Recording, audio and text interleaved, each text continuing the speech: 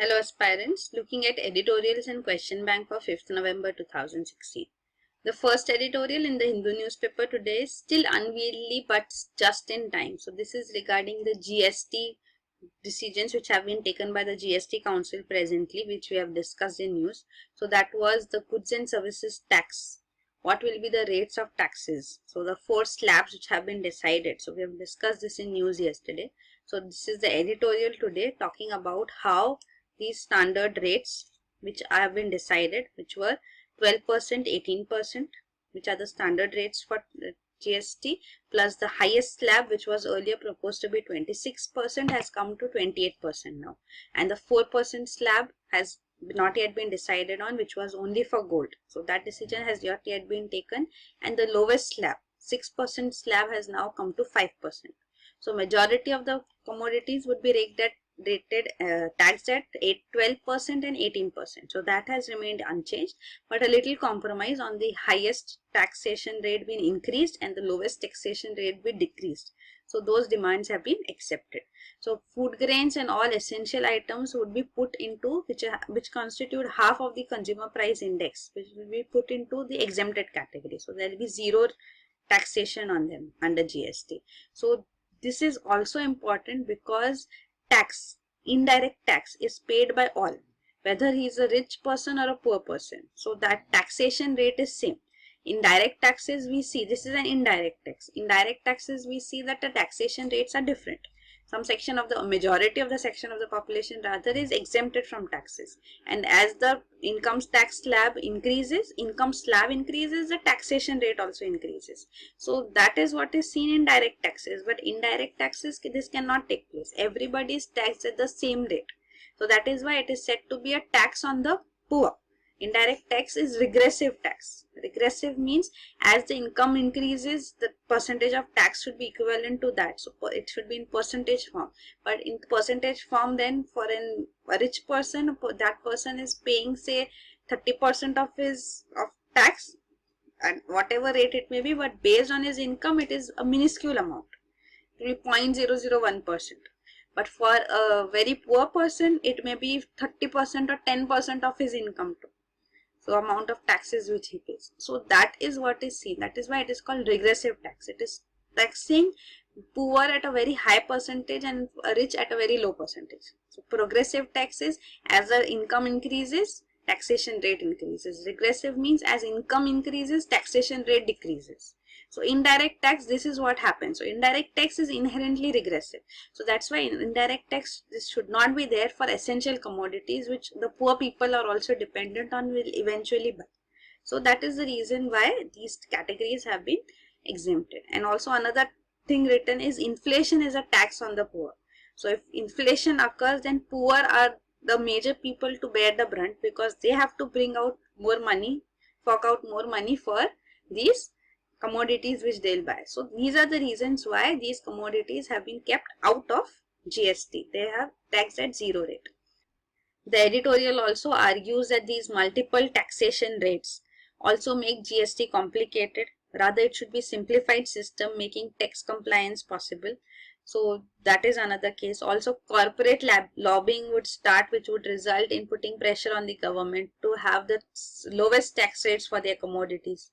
So that will also take place. Also, internationally, the norm is of a single tax rate under GST.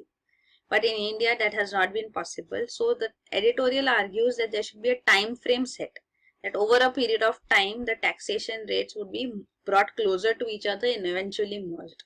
So similar thing as has been done for cess, that cess will be applied on ultra luxury and sin goods for a period of 5 years to ensure that states which suffer losses under GST are compensated as constitutionally mandated by the center. So the center will compensate states through this cess money.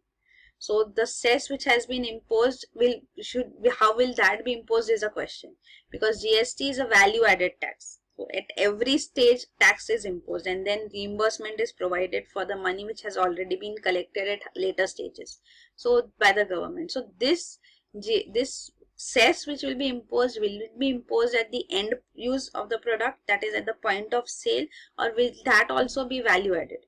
So that would make the system more complicated if it is not at the point of sale only. So that aspect is also highlighted by the editorial.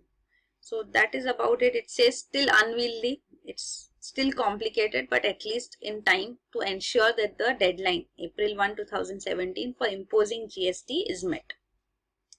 Then the next editorial is this. We have already seen in yesterday's news about the 4 taxation rates.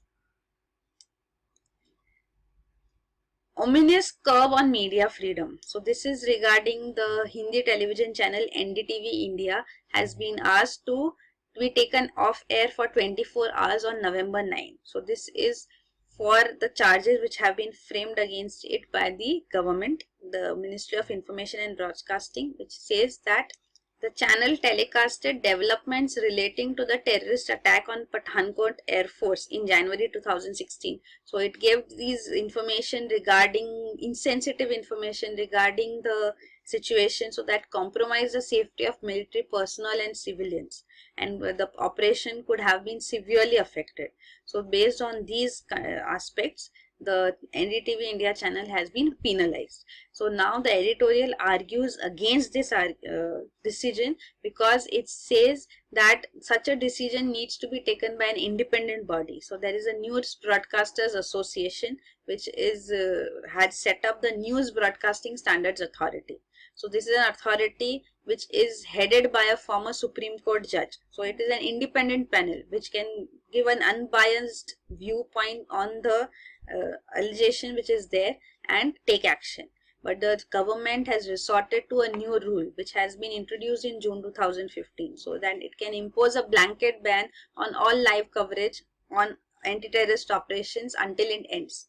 So under this, the NDTV India channel has been penalized. So this is the aspect against which the editorial is arguing. NDTV India also says that whatever it broadcasted was shown or published or shown on air by other media channels also and newspapers. So there was nothing new or different which they showed. Also the editorial says that this act of the government is actually again a form of self-censor, imposing self-censor, that if stern actions are taken, then other news channels will also be apprehensive and the self-censorship will be imposed, so that they don't take up any such action where there's a dilemma whether this is allowed or not allowed. So rather they would take a step back. So that is what is not like, that the media should be free and not should be scuttled. So that aspect is highlighted here. Of course, the editorial agrees that if there's something wrong which has been done, then an independent body can take its decision and penalization can be done there. So that is the only argument here, that it should be done by an independent forum. Next, we look at the question bank. In Saturday's newspaper, the lead article is based on 8 semi under trials who were killed in a police encounter after they fled from the Bhopal Central Jail, and even the Ground Zero article, which is a complete coverage done on a particular issue every Saturday. That article is also based on the same issue, semi under trials police encounter. So we have framed a question based on this issue, but not from the content provided in these articles. So the question framed is based on an earlier news item which we have covered in news. The question is, police encounter deaths are generally viewed with suspicion and are considered staged. Discuss in the context of judicial rulings on the matter. So in this case, 2 important judicial rulings are important. These are, one is the 2011 ruling in which the Supreme Court said that death penalty should be provided for police officers who are found guilty in fake encounter deaths.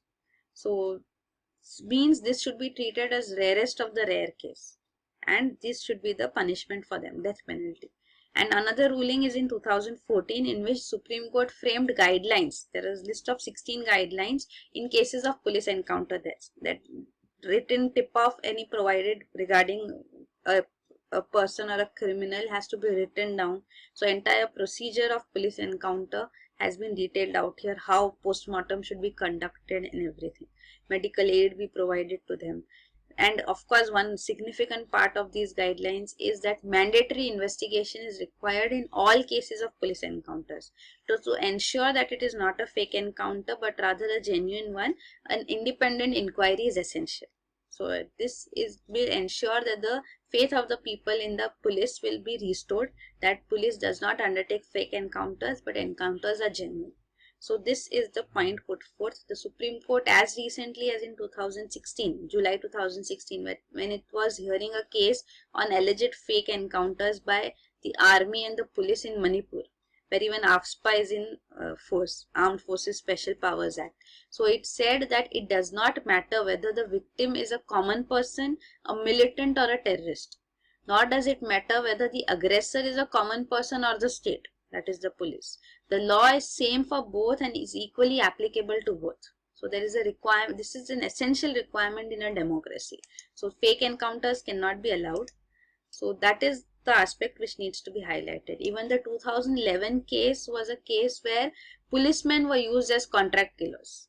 So it says that encounter philosophy is a criminal philosophy and all policemen must know this. So fake encounters are nothing but cold-blooded murders, brutal murders by people who are supposed to uphold the law. So nobody is above the rule of law. So even the police has to understand this. So the judicial rulings have also been on these lines only. So this you can note down or write down for this answer. So that is it for today. Thank you.